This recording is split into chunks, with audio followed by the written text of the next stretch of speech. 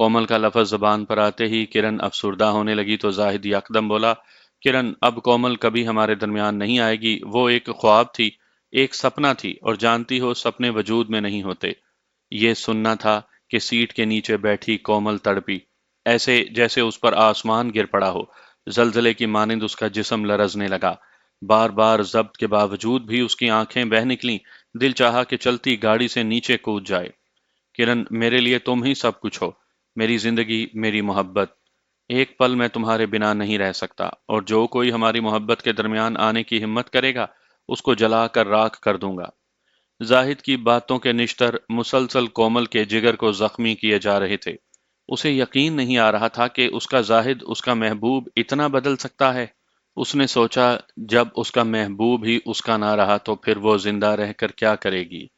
اسے مر جانا منظور تھا۔ یہ سوچ آتے ہی بالکل سیدھی گاڑی کے دونوں ٹائروں کے سامنے لیٹ جائے گی کہ اس کا محبوب خود اسے کچلتے ہوئے، رونتے ہوئے زندگی کا چراغ گل کرتے ہوئے دیکھے گا۔ کرن، تو تو بڑی نصیبوں والی ہے، جسے چاہا پا لیا۔ جا کرن، تجھے تیرا محبوب مبارک ہو۔ ساتھ ہی وہ رو پڑی۔ پھر ایک اور خیال نے اسے جھنجھوڑا، کومل، تو بڑی خود غرض نکلی، اپنی محبت کو نہ پا کر مر رہی ہے۔ اگر تیرا محبوب تجھ سے محبت نہیں کرتا تو اس سے محبت کرتی ہے، تو چاہتی ہے اسے۔ چل اٹھ یہاں سے، اپنے محبوب کے دشمنوں کو ختم کر، بچا لے اپنے محبوب کو۔ یہ سوچ آتے ہی وہ گاڑی سے باہر نکل آئی، اور سڑک پر آ کر کئی لمحات تک وہ چلتی گاڑی کو دیکھتی رہی تو محبوب کے وہ فکرے یاد آ گئے کہ کرن، کومل تو ایک سپنا تھی جو بکھر گئی۔ اسی الفاظ نے اس کی دوبارہ آنکھیں بھر دیں اور وہ ویرانوں میں رینگتی رہی۔ رینگتے رینگتے وہ نمبردار کے گاؤں جا پہنچی۔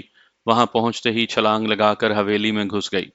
ایک کمرے میں لیٹے ہوئے نمبردار کے ملازم کو دیکھ کر وہ خون خوار ہو گئی، آنکھوں میں خون اتر آیا اور انتقامی آگ میں جلنے لگی۔ اندر گھسی، انسانی روپ بدلا اور کچھ نہ دیکھا۔ قریب پڑی کلہاڑی پکڑ کر سیدھی گردن میں دے ماری، ایک ہی وار میں سر کٹ کر جدا ہو گیا۔ اسی کلہاڑی سے اس نے اس کے جسم کا کیما بنا ڈالا۔ پھر کلہاڑی ایک طرف پھینک کر آنکھوں میں آنسو لیے بیٹھ گئی۔ پھر اس نے اس کی کٹی ہوئی گردن اٹھائی اور کمرے سے باہر نکل آئی۔ ابھی وہ باہر نکلی ہی تھی کہ جواد کو لان میں ٹہلتے دیکھا تو اس پر جھپٹ پڑی، اپنے زہریلے دانت اس کی گردن پر رکھ دیے۔ وہ بھی تڑپ تڑپ کر مر گیا۔ وہ وحشی بن چکی تھی۔ بول نمبردار، بڑی اکڑی گردن تھی نا تیری؟ اس کے ساتھ ہی وہ اس کے چہرے کو بھی نوچنے لگی اور دونوں آنکھیں نکال کر ہاتھ میں پکڑ لیں۔ محبوب کی جدائی نے اسے پاگل کر دیا تھا۔ اسی پاگل پن میں وہ حویلی سے باہر نکلی اور اسی بل میں جا چھپی جہاں امام دین اور خیر دین نے باتوں میں اسے بتایا تھا کہ کومل بھاگ جا، یہ لوگ تجھے پکڑنے کو بے چین ہیں۔ صبح کی روشنی پھوٹ چکی تھی۔ صبح صبح ہی گاؤں والوں کے چہرے پر خوف دکھائی دینے لگا۔ لمحوں بھر میں پورے گاؤں میں یہ خبر پھیل گئی کہ وفادار کا کٹا سر حویلی کے باہر پڑا ہے اور نمبردار جواد کی لاش لان میں پڑی ہے۔ جاگیردار وہاب بھی وہاں آ گیا۔ یہ دیکھ کر جاگیردار وہاب گرجا کہ دشمن اسی گاؤں میں چھپا بیٹھا ہے۔ دشمن نہیں، آگ کہو آگ۔ نمبردار چیخا، دشمن معمولی لوگ ہوتے ہیں، مارے جاتے ہیں، یہ طوفان ہے، آگ ہے، جب چاہتی ہے تباہی مچاتی ہے۔ اس نے اعلان کیا کہ ویرانوں، قبرستانوں میں آگ لگا دو، جہاں کہیں بھی ہوں گے وہ لوگ باہر نکل آئیں گے۔ لمحوں میں ہی ویرانوں اور قبرستانوں میں آگ بھڑک اٹھی۔ جہاں بھی جھاڑیاں دکھائی دیتی لوگ آگ لگا دیتے۔ نمبردار جو گرجے جا رہا تھا، چیختا جا رہا تھا، اس نے تلاش شروع کر دی تھی، گویا وہ ہر حال میں کومل کو پکڑنا چاہتا تھا۔ کومل نے یہ سب باتیں سن لی تھیں، اس لیے اندھیرا پھیلتے ہی وہ بل سے نکلی اور رینگتی ہوئی دور سے دور چلی گئی۔ کافی تلاش بسیار کے بعد جب کوئی بھی ہاتھ نہ آیا تو گاؤں والے واپس چلے گئے۔ گاؤں والوں پر سکتہ طاری تھا۔ حویلی میں گرجتی آوازوں سے ظاہر ہوتا تھا کہ ابھی کچھ نہ کچھ ہو جائے گا۔ نمبردار جواد کا ایک ملازم گھوڑے پر بیٹھا اور چل دیا۔ اس کی آنکھوں میں خون اترا ہوا تھا۔ ایک بہت بڑے علم والے کا پتہ معلوم ہوا تھا، شاید انہی بزرگوں کے پاس جانا چاہتا تھا جنہوں نے جکڑی ہوئی کرن کو آزاد کیا تھا، کیونکہ اس کا رخ ادھر ہی تھا۔ ادھر کومل اپنے محبوب کی سوچوں میں گم تھی۔ محبوب کا زخمی چہرہ رہ رہ کر اسے دکھائی دے رہا تھا۔ ادھر زاہد کو بھی کومل کی یاد آتی تو روتا رہتا۔ وہ اسے بھولا نہیں تھا، اس کی تلاش میں مارا مارا پھر رہا تھا۔ کرن اداسی کے عالم میں دور درخت کے ساتھ ٹیک لگائے لمبی سوچوں میں گم تھی۔ تلاش کرتے کرتے وہ بھی بے بس ہو گئی تھی۔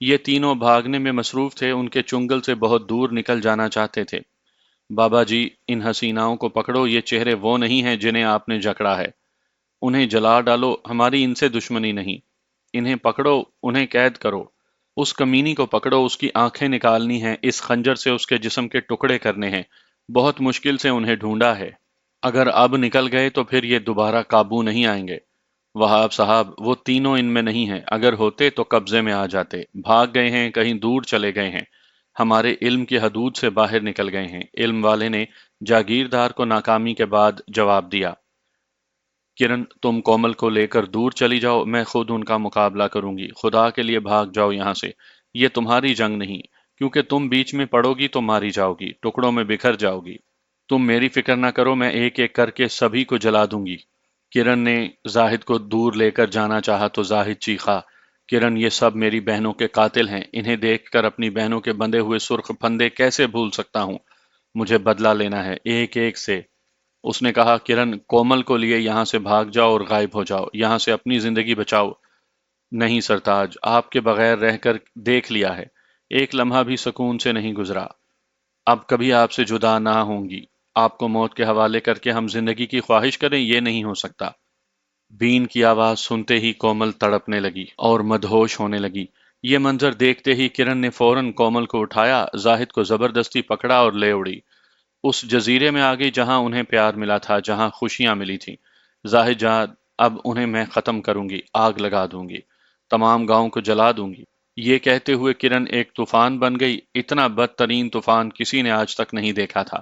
ہر طرف تباہیاں ہو رہی تھیں، مکانات گر رہے تھے، جنات بھی جلتے جا رہے تھے اور انسان بھی مکانوں تلے دبتے جا رہے تھے۔ کچھ دیر بعد کرن دوبارہ جزیرے میں آئی، آتے ہی بولی، سرتاج، ہمیں یہ جگہ چھوڑ دینی چاہیے، یہاں بھی وہ لوگ پہنچنے والے ہیں، میں نے سبھی کو دیکھ لیا ہے۔ آخر کب تک ہم بھاگتے رہیں گے؟ زاہد نے کرن کی اڑی ہوئی رنگت دیکھ کر کہا، سرتاج، اگر آپ اپنا ورد ختم نہ کرتے، ہمیں اپنے علم میں جکڑے رکھتے، تو پھر کوئی دوسرا مجھے قابو نہ کر سکتا، میری مخلوق کو قابو نہ کرتا، وہی ہم لوگوں پر قبضہ جماتا جس کے علم کی قوت آپ سے زیادہ ہوتی۔ کرن کی اس بات نے زاہد کے دل میں ہلچل برپا کر ڈالی کہ اسے اپنا علم ختم نہیں کرنا چاہیے تھا۔ کسی وقت بھی اس کی دونوں شہزادیاں موت کے منہ میں جا سکتی ہیں، لیکن کرن، میں نے تو شیطانی علم سے توبہ کر لی ہے کہ دوبارہ شیطانی نہیں کروں گا۔ سرتاج، میں آپ کو مجبور نہیں کر رہی، بس بتایا ہے کہ ہماری مخلوق علم والوں کے قبضے میں ہے، ایک ایک کر کے سبھی کو جلا رہی ہیں، اور ہم بھی عنقریب ان کے شکنجے میں آنے والے ہیں۔ جس طرح کومل نے ان کے جسموں کی بوٹیاں کی ہیں، جس طرح آپ نے ان لوگوں کو جلایا پگھلایا ہے، عنقریب ہمارے ساتھ بھی ایسا ہی ہونے والا ہے۔ میں تو جل مروں گی، لیکن آپ کے جسم کے ٹکڑے نہیں، سرتاج نہیں، میں آپ کے جسم کے ٹکڑے ہوتے نہیں دیکھ سکتی۔ کومل سوچنے لگی کہ اس نے وہاب اور فواد کو زندہ کیوں چھوڑا، انہیں ختم کیوں نہ کیا۔ یہ سوچ آتے ہی وہ دریا کی طرف بھاگی، لیکن زاہد کی آواز نے اس کے قدم روک لیے۔ کہاں جا رہی ہو کومل؟ اب یہ تیرے بس کا کھیل نہیں رہا۔ اب وہ دونوں اکیلے نہیں ہیں، ان کے قریب 15-20 سپیرے اور بڑے بڑے علم والے ہیں۔ ان کے قریب ہونا موت کے قریب ہونا ہے۔ واپس آ جاؤ۔ کرن نے ہر بات بتا دی۔ کومل انہی قدموں واپس ہو گئی۔ کومل کہنے لگی کہ سرتاج، پھر ہم یہاں سے بہت دور چلے جاتے ہیں جہاں ہمارا کوئی دشمن نہ ہو۔ ضرور جائیں گے کومل، ضرور جائیں گے، لیکن ابھی مجھے اپنی بہنوں کے گلوں میں بندھے ہوئے سرخ پھندے دکھائی دیتے ہیں۔ میں جب تک ان دشمنوں کو قبروں میں نہ لٹا دوں، چین سے نہ بیٹھوں گا۔ سرتاج، میری بات مانیں، اپنا ختم کیا ہوا ورد دوبارہ حاصل کریں، پھر دیکھتی ہوں کیسے کوئی ہمیں قابو کرتا ہے۔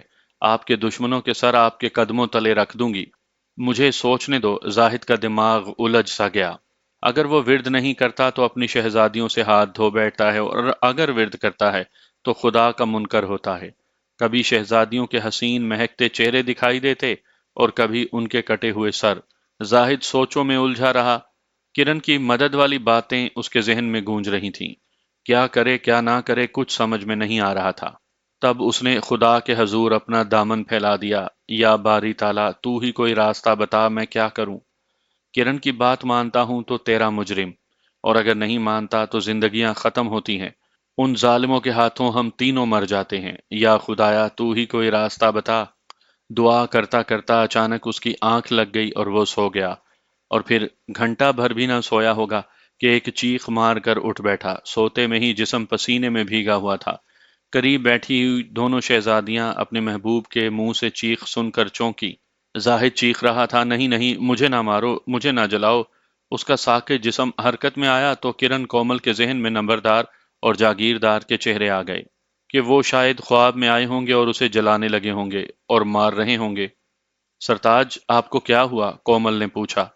کومل کی بات سنتے ہی زاہد روتے ہوئے بولا، کومل، مجھے نہیں لینا بدلہ، مجھے یہاں سے بہت دور لے چلو، میں جلنا نہیں چاہتا۔ خواب میں نے سب کچھ دیکھ لیا ہے، اللہ نے مجھے ہر بات دکھا دی ہے۔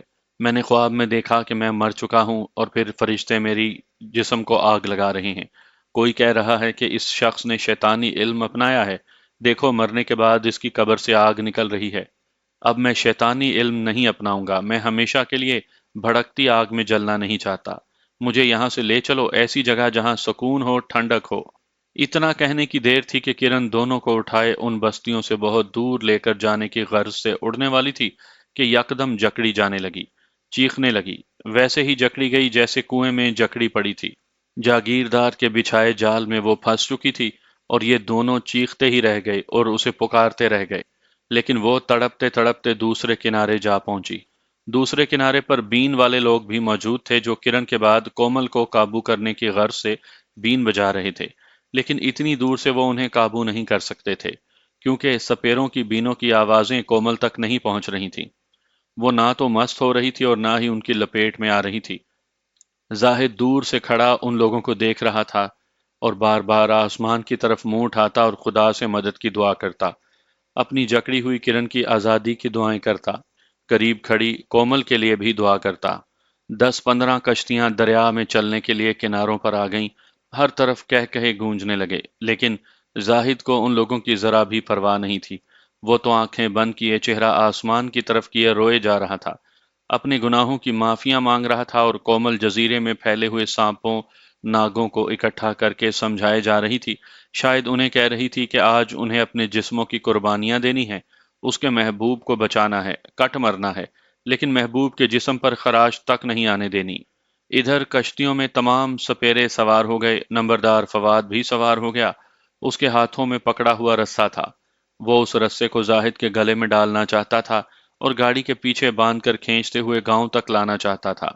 کومل نے سانپوں اور ناگوں کو بتا دیا کہ دوسرے کنارے بھاگ جاؤ کیونکہ تمام سپیرے کشتیوں میں سوار ہیں، اور جا کر علم والوں پر حملہ کر دو کیونکہ کرن کو بچانا ہے۔ یہ کہہ کر وہ خود بھی دریا میں کود پڑی اور پانی پر تیرنے لگی۔ آسمان کی طرف چہرہ کیے روتے ہوئے زاہد کے لب ہلے، یا خدایا میری مدد فرما، میری شہزادیوں کو بچا۔ خدا نے اس کی دعا قبول کر لی تھی کہ دریا میں تیرتی ہوئی کومل نے اپنی زندگی کی پرواہ کیے بغیر زور سے چھلانگ لگائی اور نمبردار کی گردن کو جا پکڑا۔ یکدم حملے سے نمبردار خود کو سنبھال نہ سکا اور دریا میں گر پڑا۔ اس کی گردن کومل کے منہ میں تھی اور اسے بیچ دریا میں لے جا کر چھوڑ دیا۔ اگر بین بج رہی ہوتی تو شاید کومل حملہ نہ کرتی۔ نمبردار کے درمیان میں گرتے ہی شور شرابہ شروع ہو گیا۔ جزیرے پہنچنے والی کشتیاں اپنے سردار کو بچانے کی غرض سے دریا میں انہیں تلاش کرنے لگیں۔ دریا کے کنارے گرجتے ہوئے جاگیردار وہاب یہ منظر دیکھ کر چیخا، بابا اس چڑیل کو آگ لگا دو، اب کوئی نہ بچنے پائے۔ بابا اپنے منتر پڑھ کر اس کے جسم پر پھونک ڈالو اور جلا ڈالو۔ نمک حرامو، دریا میں کیوں گھوم رہے ہو؟ جزیرے تک پہنچو، اس ذلیل کمینے زاہد کے بچے کو پکڑ کر گولیوں سے چھلنی کر ڈالو۔ بابا تم لوگ منتر پڑھ کر اس چڑیل کو جلا ڈالو، لیکن ارد گرد پھیلے سانپوں ناگوں کو دیکھ کر علم والے اپنی جانیں بچانے کی غرض سے بھاگ نکلے۔ اپنے ورد بھول گئے، نہ کرن کو جلا سکے اور نہ ہی آزاد کر سکے۔ وہ جکڑی کی جکڑی رہ گئی۔ جتنی تیزی سے وہ بھاگ رہے تھے اتنی ہی تیز ناگ سانپ ان کے پیچھے بھاگ رہے تھے۔ ہر طرف کومل کا پھیلایا ہوا خوف و ہراس دیکھ کر زاہد کی آنکھیں بھی آگ اگلنے لگیں۔ ایک کشتی کو نشانہ بنا دیا، ابھی اس میں آگ بھڑکی ہی تھی کہ باقی کشتیاں بھی واپس بھاگنے لگیں۔ لوگوں کے خون خشک ہو رہے تھے، دریا میں ایک طوفان چلنے لگا۔ جنات پھیل گئے تھے، کومل دریا کے کنارے بڑھتی جا رہی تھی۔ دریا کنارے پہنچ کر وہاب کو پکڑ لینا چاہتی تھی، اسے ڈسنا چاہتی تھی۔ دریا میں تیز موجوں سے کشتیاں الٹنے لگیں، لوگ ڈوبنے لگے۔ دریا کنارے کھڑے محافظ بھاگنے لگے، کومل دریا کے کنارے پہنچ گئی۔ وہاب بھی کومل کے ہاتھوں سے بچنے کی غرض سے گاڑی میں بیٹھا، ابھی گاڑی سٹارٹ بھی نہ کی تھی کہ ایک چھلانگ لگا کر کومل بھی اس پر بیٹھ گئی۔ وہ بار بار پیچھے دیکھ رہا تھا، اسے پتہ نہ چل سکا کہ کومل گاڑی میں ہے۔ وہ گاڑی چلاتے گھومتے ہوئے سانپوں ناگوں کو گاڑی کے ٹائروں تلے کچلتا گاڑی بھگائے جا رہا تھا۔ عامل لوگوں کو پکڑنے کی کوشش میں تھا۔ راستے میں جتنے بھی سانپ اور ناگ دکھائی دیے ٹائروں تلے کچلتا گیا۔ اپنے دوست، اپنے عزیز، اپنے بھائی نمبردار کا دریا میں ڈوبنا بار بار نظروں کے سامنے گھوم رہا تھا۔ دونوں حویلیاں خالی ہو گئی تھیں۔ اب مردوں میں وہاب تنہا تھا جو اکیلا بچا تھا، یا پھر جاگیردار حیات کی بیوی جو خالی حویلی دیکھ کر، اپنے خاوند کا قتل دیکھ کر سکتے کے عالم میں تھی۔ بہت دور جا کر جاگیردار وہاب نے گاڑی کے بریک لگائے۔ ایک علم والا دکھائی دیا، باقی شاید ویرانوں میں چھپے ہوئے تھے یا بھاگتے ہوئے ناگوں اور سانپوں کے زہریلے دانتوں کا نشانہ بن گئے تھے۔ گاڑی کو دیکھتے ہی اسے کچھ حوصلہ ہوا اور وہ بھاگ کر گاڑی میں آ بیٹھا۔ بابا جی، اب حالات کنٹرول میں ہیں۔ ناگن کو تو میں نے اپنے ٹائروں تلے کچل دیا ہے۔ آپ صرف اس چڑیل کو جا کر آگ لگا دیں، کبھی اس کو زندہ نہیں چھوڑنا۔ چڑیل کو آگ لگاتے ہی وہ کمی کمین اکیلا رہ جائے گا، اور پھر میں دیکھتا ہوں کہ کیسے بچتا ہے میرے ہاتھوں سے۔ یہ بات سنتے ہی کومل نے جاگیردار کے پاؤں کو زہریلے دانتوں میں لے لیا۔ جاگیردار ایسے تڑپا جیسے اسے کرنٹ لگ گیا ہو، اور گاڑی بے قابو ہو گئی۔ عامل بابا نے گاڑی میں بیٹھے یہ منظر دیکھ لیا، جاگیردار کا پاؤں ناک کے منہ میں دیکھ لیا۔ پھر کومل نے فوراً چھلانگ لگائی اور گاڑی سے نیچے کود گئی۔ بابا گاڑی سے نیچے جا گرا۔ اس سے قبل کہ وہ سنبھلتا، اس عامل کی زبان کومل کے منہ میں تھی۔ زہریلے دانت اس کے گوشت میں پیوست تھے۔ وہ تڑپتا رہا اور چیختا چلاتا رہا۔ جب وہ بھی مر گیا تو کومل نے اپنے دانت باہر نکال لیے۔ کچھ لوگ ادھر آ پہنچے اور مرے ہوئے وہاب کو دیکھ کر کانپ کر رہ گئے۔ عامل بھی ساتھ ہی مرا پڑا تھا۔ ان لوگوں نے ان دونوں کی لاشیں اٹھائیں اور گاؤں کی طرف چل دیے۔ گاؤں میں بھی ایک کوہرام تھا، آہوزاری اور ماتم ہونے لگا۔ دوسری طرف کومل رینگتے رینگتے اسی مقام تک جا پہنچی جہاں کرن جکڑی ہوئی تھی، بے ہوشی کے عالم میں لیٹی تھی۔ ویسی ہی بے ہوشی والا عالم تھا اس پر۔ کئی سانپ ناگ جلے ہوئے اس کے قریب پڑے تھے، جو شاید اس کے جسم سے خونی زنجیریں کاٹنا چاہتے تھے، لیکن اس کے جلتے جسم نے انہیں جلا کر راکھ کر دیا تھا۔